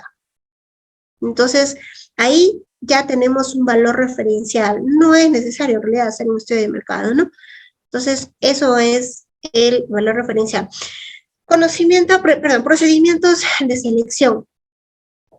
Es muy importante que nosotros tengamos en consideración esta tabla. Esta es una tabla de los tipos de procedimientos de selección que nos proporciona la OCE todos los años. Es anual esto, no es una tabla definitiva, no. Todos los años la OCE nos otorga esta tabla para nosotros como entidades contratantes, tengamos en consideración e identifiquemos el tipo de procedimiento que vamos a lanzar. Por ejemplo, ¿no?, ahí tenemos en la cuestión de obras, cuando la obra supera 2.800.000, es una licitación pública. Pero si la obra es inferior, es una adjudicación simplificada, por ejemplo, ¿no? Entonces, ahí tienen ustedes todos los montos, todos los tipos de proceso de selección que la entidad debe identificar previo a la convocatoria, porque puede haber un error, ¿no? Y se da a veces. Por ejemplo, cuando vamos a contratar un servicio, muchas veces el valor llega a $500,000. Mandamos a adjudicación simplificada, cuando lo correcto sería concurso público. Entonces, ahora, ¿qué pasa si el comité o el OEC convoca un proceso de selección con un tipo de proceso de selección equivocado? Es causal de nulidad también, ¿no? Es causal de nulidad. Entonces, hay que siempre primero identificar el tipo de proceso de selección para nosotros poder convocar, ¿sí? Ahora, ¿cuáles son los requisitos para convocar un procedimiento de selección? El artículo 41 del Reglamento de la Ley de Contrataciones del Estado nos los establece. Primero, que tiene que estar incluido en el PAC. ¿Qué es el PAC? ¿Habrán escuchado alguna vez ustedes el PAC? El famoso PAC es el Plan Anual de Contrataciones. El artículo 15 de la ley establece, ¿no?, que todas las entidades públicas hacen o elaboran su plan anual de contrataciones. Este plan anual de contrataciones se presenta antes de la quincena, tiene que estar aprobado el 15 de enero de cada año. Este plan anual de contrataciones contempla todos los bienes, servicios u obras que vamos a contratar durante el ejercicio del año. En el 2023, por ejemplo, me imagino que las entidades públicas han hecho su PAC antes del 15 de enero, ¿no? Ahora, ¿qué pasa si lo que yo quiero comprar o contratar un servicio o ejecutar una obra no está contemplado en el PAC? Solicito la incorporación en cualquier etapa del año, en cualquier mes. Si no está contemplado en mi PAC, solicito la incorporación de este para poder convocarlo. Si no está dentro de mi PAC, no lo puedo convocar. ¿Correcto? Ahora, ¿qué pasa si tenemos 10 obras en nuestro PAC, pero solamente vamos a ejecutar 8 y los otros 2 no vamos a contratar porque a lo mejor desapareció la necesidad? Podemos hacer la anulación, o de repente podemos solicitar que muchas veces se da por emergencia. Por ejemplo, ya todo este año tenemos programado 10 obras, ¿no?, por decirlo así. Sin embargo, por el estado de emergencia, ese presupuesto lo vamos a coger, porque la ley lo permite en estado de emergencia, coger ese presupuesto para poder atender otra cosa y ya no vamos a ejecutar esta obra. Entonces, esta obra que estaba programada en el PAC, se solicita ya, se solicita ya que se anule y podríamos reemplazarlo. por otro proceso, por otra contratación, ¿sí? Entonces, pero indispensablemente, indispensablemente, necesariamente tenemos que incluir a nuestro PAC lo que vamos a contratar. Otro, contar con un expediente de contratación aprobado. Desde el requerimiento hasta el estudio de mercado, conformación de comité, aprobación de las bases y todo lo demás. Nosotros sí o sí, para poder convocar un proceso de selección, tenemos que tener un expediente de contrataciones aprobado. Si no tenemos un expediente aprobado, no podemos convocar, porque el sistema mismo nos pide el número de la resolución, nos pide los datos de la persona que aprueba o del funcionario que aprueba el expediente de contrataciones. Entonces, si no tenemos estos datos, tampoco vamos a poder convocarlo.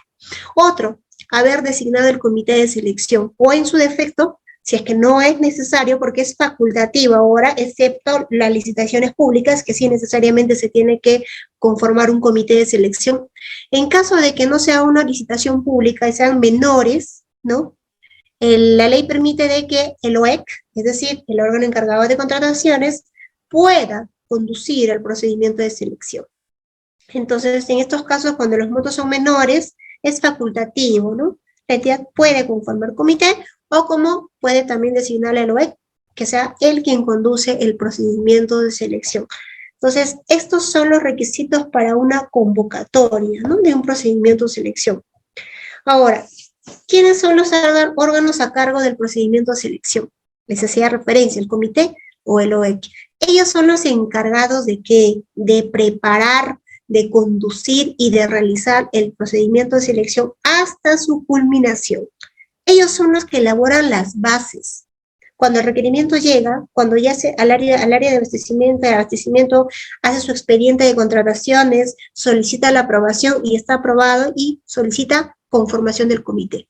Una vez que sale la resolución de la conformación del comité, el comité ya prácticamente se encarga de elaborar las bases, de convocar el proceso de selección, de absorber las consultas, de integrar las bases, de otorgar la buena pro y hasta de consentir. Aunque en la práctica el consentimiento lo hace el área de contrataciones, ¿no? El OEC. Entonces, esa es la labor, ¿no? Esa es la labor del comité de selección o del OEC. Ellos son los órganos encargados de conducir el procedimiento de selección. Ahora, ¿cómo se hace la convocatoria? Ahora, hoy en día, pues la convocatoria no es como hace como 10 años atrás, que era presencial, ¿no? Hace años atrás, el OEC solicitaba a 3, 4 postores que se presenten para que hagan sus cotizaciones y presenten sus ofertas, evaluaban en presencia en el acto público y le daban la buena prueba al que mejor oferta tenía y el que cumplía con los requisitos de calificación, ¿no? Ahora no. Ahora todo es sistemático, todo es a través del sistema electrónico del SEACE. El SEACE es un sistema que nos habilita la OCE para poder nosotros convocar todos los procesos de selección, ¿correcto? Ahora, nosotros una vez convocado el proceso de selección, nos sale un calendario del procedimiento de selección. El primer punto es la inscripción o el registro de los participantes. Ese es el primer punto.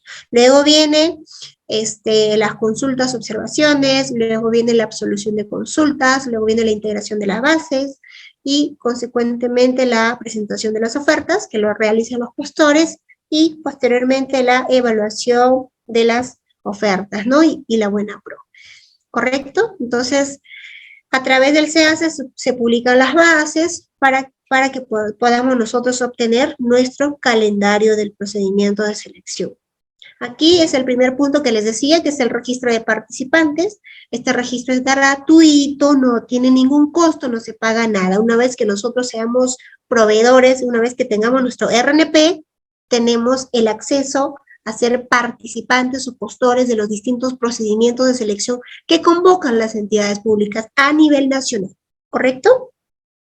Ahora, las consultas, esta es la segunda etapa, ¿no? Yo como postor, si ya me he registrado, puedo hacer la consulta o puedo hacer la observación. En caso vea que se está vulnerando algún principio o creo que se está vulnerando algún derecho mío, yo puedo hacer la consulta, puedo hacer una observación. ¿Cuál es la diferencia entre una consulta y una observación? La consulta son solicitudes de aclaración, ¿no? Por ejemplo, si algo no me queda claro, solicito, ¿no? Tal punto, ¿no? Entonces, el comité tendrá que acoger y absolver esa consulta, ¿correcto? La observación es muy distinta. La observación ya se hace cuando se está advirtiendo que se vulnera algún principio de la ley de contrataciones del Estado. Y al momento de hacer la observación, tenemos que nosotros ser específicos e invocar qué literal del principio o qué artículo de la ley o del reglamento se está vulnerando para que esto pase a ser una observación. Porque nosotros tenemos que acreditar que se está vulnerando algún principio o algún artículo de la ley de contrataciones del Estado o su reglamento, ¿correcto? Esa es la diferencia de una consulta y una observación. Ahora, absolución de consultas e integración de las bases.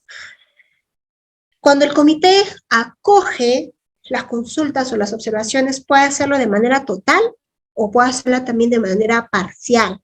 En una observación, por ejemplo, un postor puede de repente indicar de que se le está pidiendo de repente a 5 años de experiencia a su profesional, ¿no? Y él dice que ese profesional ni siquiera es necesario.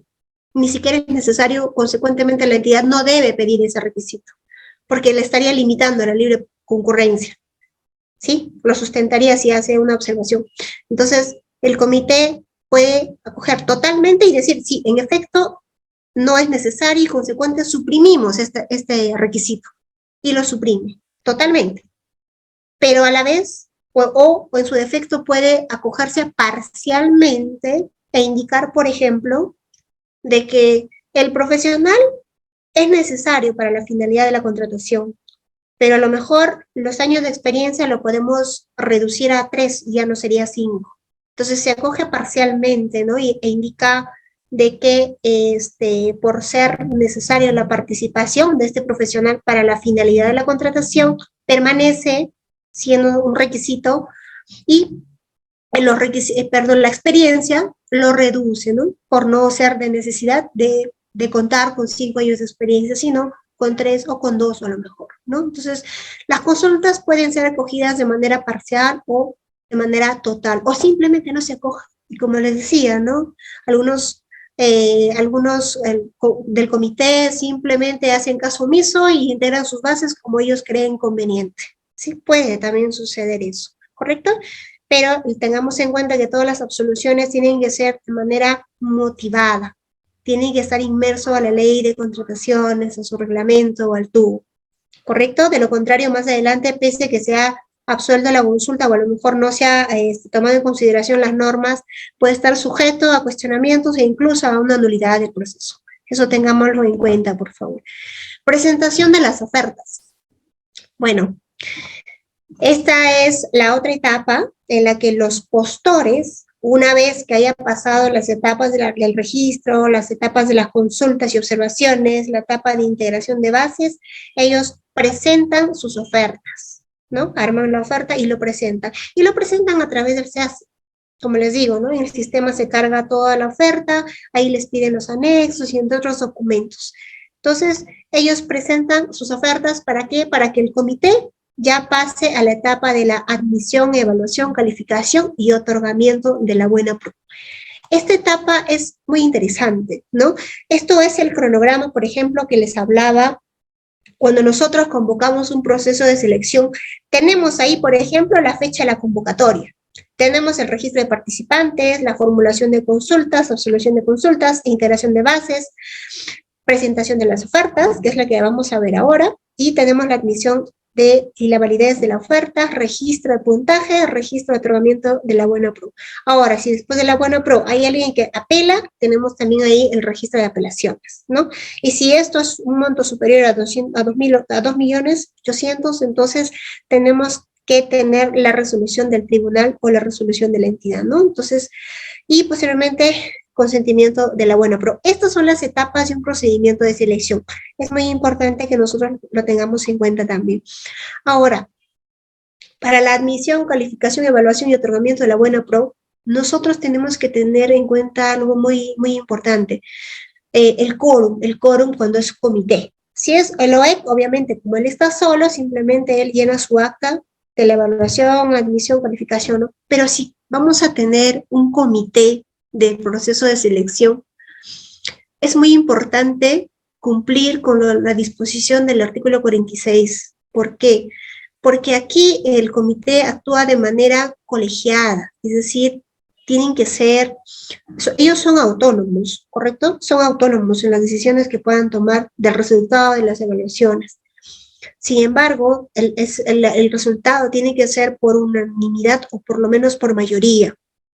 Entonces, es más, se tiene que contar necesariamente con la presencia de los 3 miembros del comité, ya sean los titulares o ya sea titulares y suplentes, pero tiene que haber 3. ¿Qué pasa si no hay uno? No está uno de los titulares no está y tampoco está su suplente, porque tengamos en cuenta, acordémonos de que el comité de selección está conformado por 3 profesionales, ¿sí? Y estos 3 titulares tienen sus suplentes. Entonces, cuando no está uno de los titulares, asume el suplente. Pero ¿qué pasa si no está el titular y tampoco está el suplente? ¿Se podría llevar a cabo esta etapa de la admisión, evaluación, calificación de las ofertas? No. Se tendría que postergar hasta una nueva fecha, porque no podría llevarse a cabo la evaluación o la admisión con 2 miembros del comité.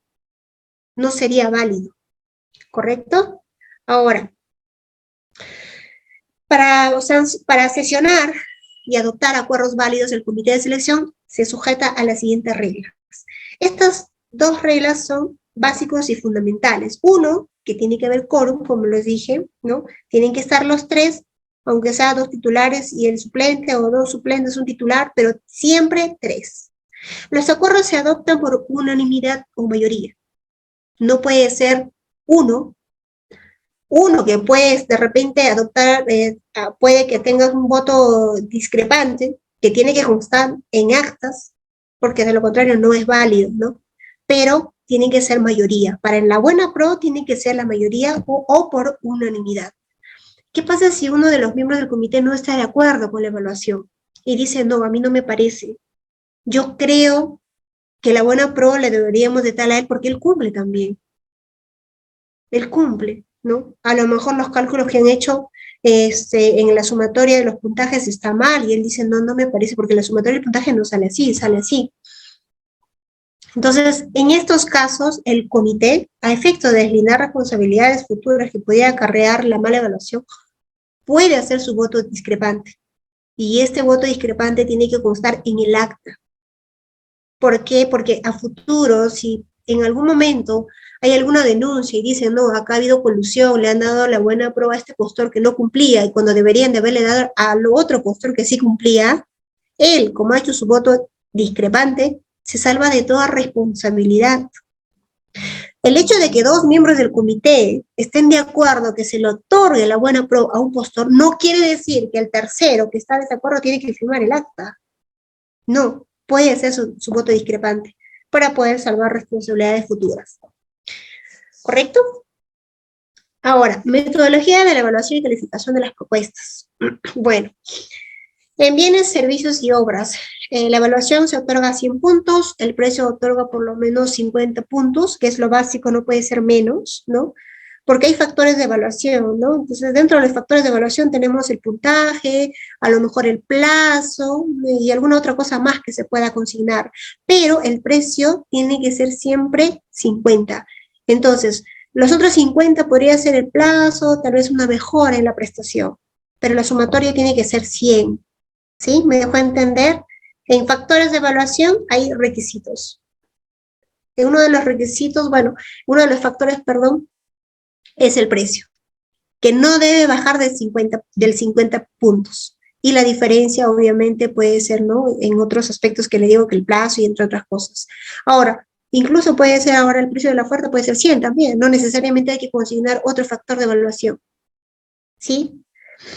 Ahora, en caso de consultorías, la evaluación técnica otorga 100 puntos, ¿no? Y la evaluación económica también otorga 100 puntos. El puntaje técnico mínimo que debe tener para acceder a la evaluación económica es de 80 puntos. Si en una evaluación tenemos 70 puntos, prácticamente esto ya no pasa ya a la evaluación, a los requisitos de calificación. ¿Sí?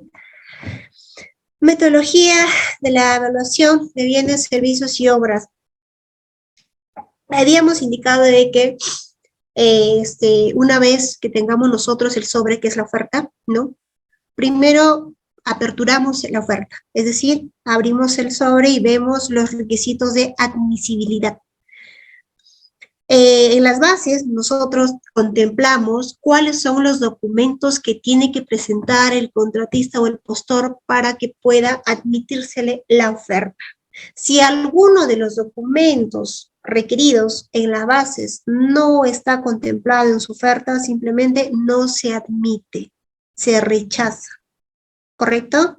Se rechaza. Ahora, ¿qué pasa si, por ejemplo, alguno de los anexos que son requisitos para la admisibilidad de la oferta tiene errores? Errores materiales, por ejemplo.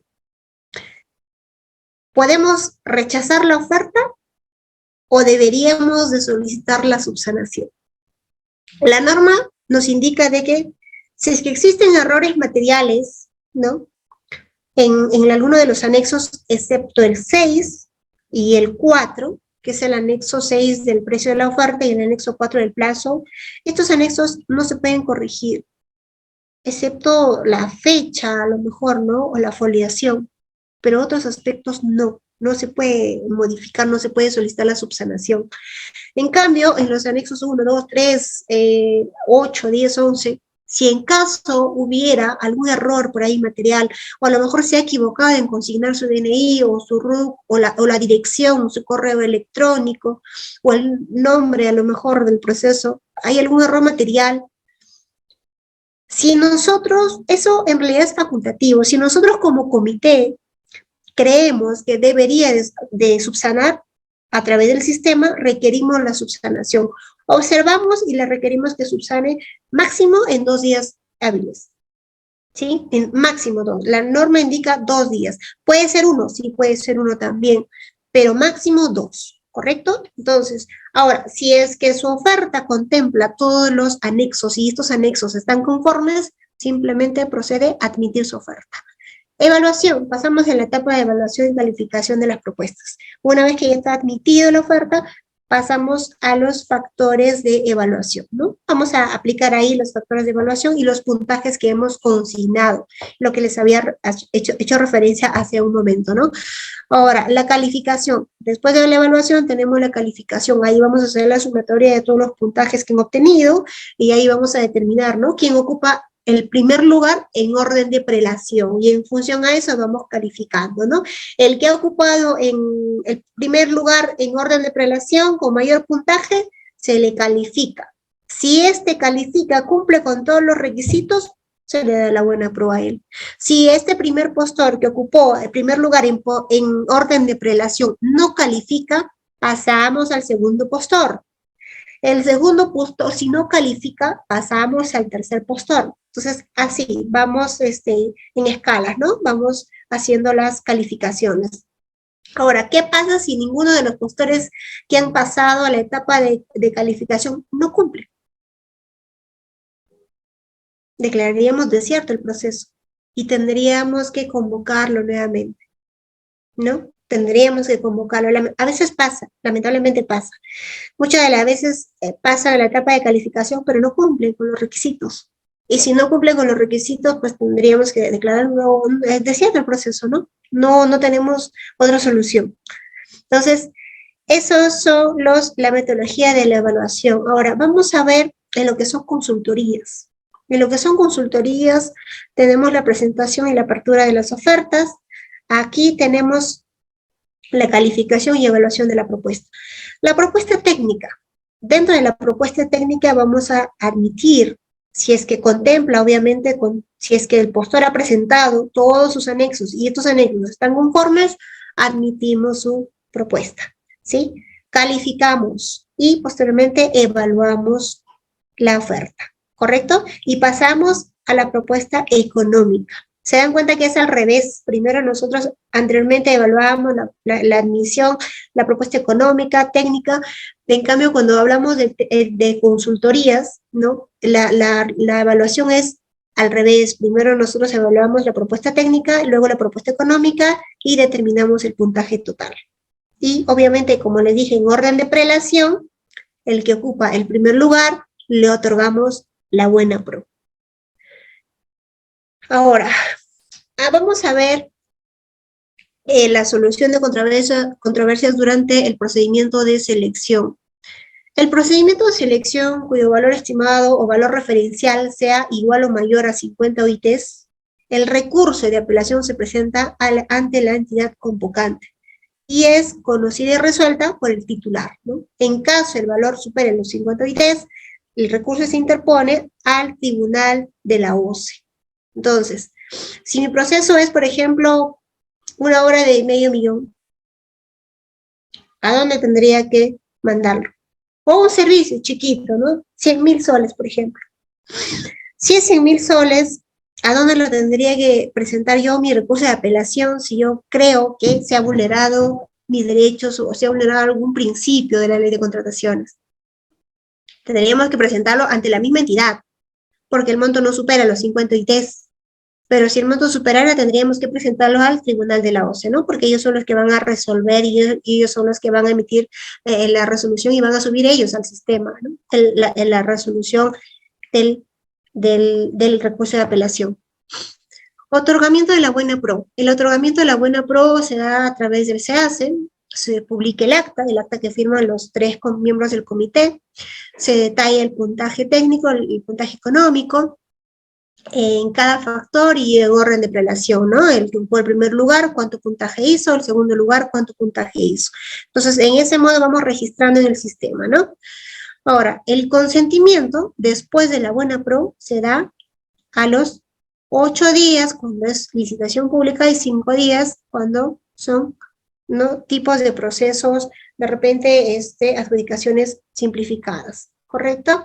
En el caso que se haya presentado una oferta, el consentimiento se da el mismo día. Si yo, por ejemplo, he tenido un solo postor y ese postor ha ganado hoy día, el consentimiento le doy hoy día. ¿Por qué? Porque ¿quién puede presentar un recurso de apelación si no hay otro postor? Entonces, no es necesario ya esperar los 5 días que indica la norma para poder consentirlo. ¿Sí? Sí me dejo entender, ¿verdad? Ahora, la ejecución contractual. Esta etapa es importante también conocerla. ¿Por qué? Porque en esta etapa nosotros vamos a ver incluso las causales de resolución de contratos. Vamos a ver, les voy a hacer referencia un poquito también respecto a las soluciones de controversias en caso se dé alguna discrepancia, algún problema que se haya generado durante la ejecución contractual. El artículo 164 del reglamento de la Ley de Contrataciones del Estado precisa que la entidad puede resolver, por ejemplo, el contrato de conformidad con el artículo 26 de la misma ley, en los casos que el contratista, por ejemplo, incumpla injustificadamente sus obligaciones contractuales o cuando haya superado, creo que aquí se me ha suprimido, una de las causales es cuando haya superado la penalidad máxima, ¿no? La penalidad máxima. Por ejemplo, si nosotros como entidad vemos de que el contratista ya venció su plazo y no lo termina, le requerimos a través de una carta notarial que cumpla con sus obligaciones contractuales y no lo hace. En este caso, por ejemplo, la entidad tiene la facultad de resolver el contrato, ¿no? ¿Por qué? Porque prácticamente hay un desinterés total por parte del contratista. Pero ¿qué pasa si el contratista dice, ya está bien, yo lo voy a ejecutar, déjame 10 días más, yo lo ejecuto? Ahí, por ejemplo, hay penalidades que aplicar.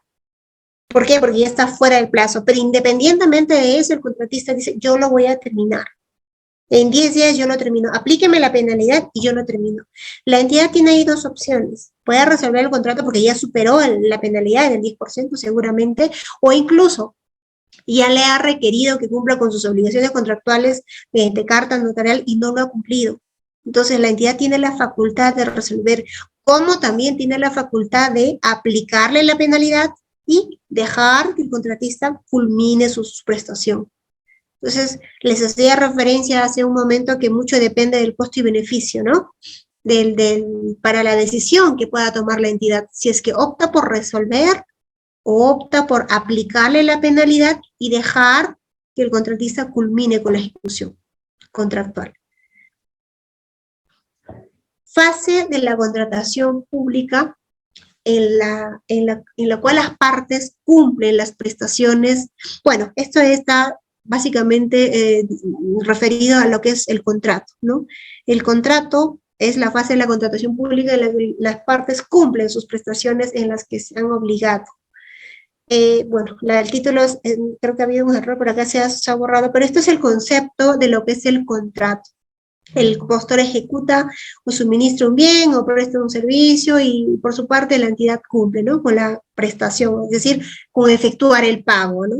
Esos son los acuerdos, los términos en los que ellos han contratado. Acordémonos de que las contrataciones o el contrato propiamente dicho contempla las bases, ¿no?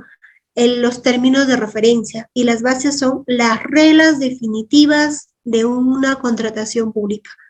Por ejemplo, si en las bases me contempla ciertos requisitos y en los términos, perdón, y en el contrato me describen muchos más, ¿podría el contratista reclamar y decir, oiga, pero ¿por qué me está pidiendo todo esto como parte de mis obligaciones si las bases contemplan solamente esto? Puede reclamar, sí, definitivamente, ¿no? Puede indicar de que las bases contemplan tales obligaciones y consecuentemente el contrato también debe contemplar tales obligaciones, nada más. No habría por qué agregarlo.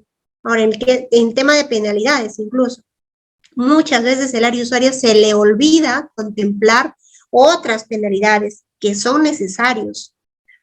Entonces, ¿qué pretende la entidad? En el contrato quiere contemplar otras penalidades, pero no sería procedente. ¿Por qué? Porque en las bases, en los términos de referencia, no está contemplado. Entonces, si yo ya gané la buena pro en función a las bases, yo he armado mi oferta, yo me he interesado en ejecutar ese servicio, porque he visto los términos de referencia y sé cuáles son las obligaciones, pero cuando voy a suscribir el contrato ya la entidad me pone un montón de obligaciones que no estaban contempladas en las bases. Yo puedo gestionar, yo puedo objetar esa decisión de la entidad, ¿no? De pretender sumar obligaciones que no estaban contempladas en las bases, que son las reglas definitivas de un procedimiento de selección, porque a lo mejor esas obligaciones adicionales me van a generar gasto. Entonces, ¿por qué tendría que asumir yo? Por si eso me va a generar mucho más gasto y va a acarrear, pues, de repente una pérdida económica con respecto a la oferta que he presentado a la entidad. ¿No es cierto? Entonces, tenemos que nosotros objetar y decir, no, oiga, disculpe, pero yo he presentado mi oferta porque yo tengo que cumplir tales labores, y tales labores o funciones me generan tanto gasto, y consecuentemente mi oferta ha sido en función a este gasto, y no puedo asumir alguna otra responsabilidad. No sé si ustedes habrán escuchado por ahí, por ejemplo, a un consultor que elabora un expediente técnico, en los términos de referencia no se le ha contemplado que él tiene que hacer o solicitar los certificados del CIRA. Sin embargo, le obligan al consultor que él presente en el expediente técnico el certificado de CIRA, pero si no está contemplado en los términos de referencia, ¿por qué la entidad va a querer o pretender obligar a que el consultor incurra en ese gasto? Porque es un gasto el CIRA, hay que pagar, es un trámite que quita tiempo y genera un gasto. Incluso puede acarrear de repente hasta una ampliación de plazo, una adicional, porque le va a generar gasto. Entonces no tendría por qué asumir eso, ¿no? A menos que la entidad, bueno, pues acepte darle una ampliación, una adicional para que pueda él contemplar en el expediente técnico el certificado de CIRA, ¿no? Resolución del contrato. Les había mencionado de que suscrito el contrato. Sí, Rider Jacinto Sánchez, buenas noches, bienvenido. Sí, ¿cuál es su consulta? Algo que no le quede claro, a lo mejor quiere añadir algo. Seamos breves, por favor, porque estamos ya contra la hora. Doctora, sí, estamos a 2 minutos para culminar. Le hacía la Sí, aclaración. Sí, doctora. sí, no sé si le permitimos que haga la consulta o continúo. Yo soy el que levantó la manito, doctora. Ah, ya, ok. Perfecto, perfecto. Perfecto, doctor. Ah, Bien, en resolución de contrato. Bueno, en el artículo 36 de la ley establece que la entidad puede resolver el contrato, ¿no? Les había indicado ya cuáles serían las causales por las que la entidad puede resolver el contrato. En estos casos, prácticamente se da, o sea, la entidad opta por resolver el contrato cuando ya se ve que el contratista no va a cumplir con la ejecución de la prestación. Muchas veces les decía, hay que tener en cuenta el costo y beneficio para resolver el contrato. No hay que resolverlo así nada más porque, bueno, pues incumplió y se acabó. No, a veces hay que darle solución, ¿no? Y la solución es que le apliquemos la penalidad y que termine su trabajo, ¿no? Entonces podríamos optar por ese tema. Bueno, aquí estamos viendo los tres aspectos que podrían ser causales para la resolución del contrato, ¿no? Una que incumple injustificadamente sus obligaciones, que haya llegado a acumular el monto máximo de penalidades y paralice o reduzca injustificadamente la ejecución de la prestación. Seguramente ustedes han visto en una ejecución de obra, por ejemplo, el supervisor y el contratista. Bueno, pues a veces son amigos o a veces el contratista pone su supervisor, ¿no? Entonces ellos dicen, no, hay que paralizarlo, ¿no? Inventan X cosas y paralizan la obra. Si es que no está sustentado la paralización de la obra, puede ser causal de resolución, incluso podríamos aplicar las penalidades y pedir los daños y perjuicios, ¿no? Porque no es que ellos tengan la facultad de paralizar la obra si es que no está justificado. O hay, incluso a veces suspenden las obras cuando no hay justificación alguna, ¿no? A veces, muchas de las veces el supervisor se presta, lamentablemente. Entonces, eso podría consecuentemente traer problemas a futuro. Bueno, estimados amigos, muchísimas gracias. Espero poder absuelto de repente alguna duda, espero poder acotado algo de sus conocimientos o espero que ustedes hayan logrado entenderme y que les sirva en lo sucesivo para que puedan ustedes poner en práctica, ¿no? Durante el ejercicio de sus funciones, de sus labores. Yo sé que cada uno de ustedes trabajan seguramente en algunas entidades públicas o privadas, o muchos de ustedes a lo mejor se dedican a lo que es proveedor, son proveedores del Estado, son contratistas, ¿no? Entonces es muy importante. En realidad, contratación es amplio. 2 horas queda cortísimo para nosotros poder ahondar un poquito el tema, ¿no? Sin embargo, esperamos pues de que estas clases le haya servido de mucho, ¿no? Cualquier duda, el doctor tiene mi teléfono, me imagino que ya les ha compartido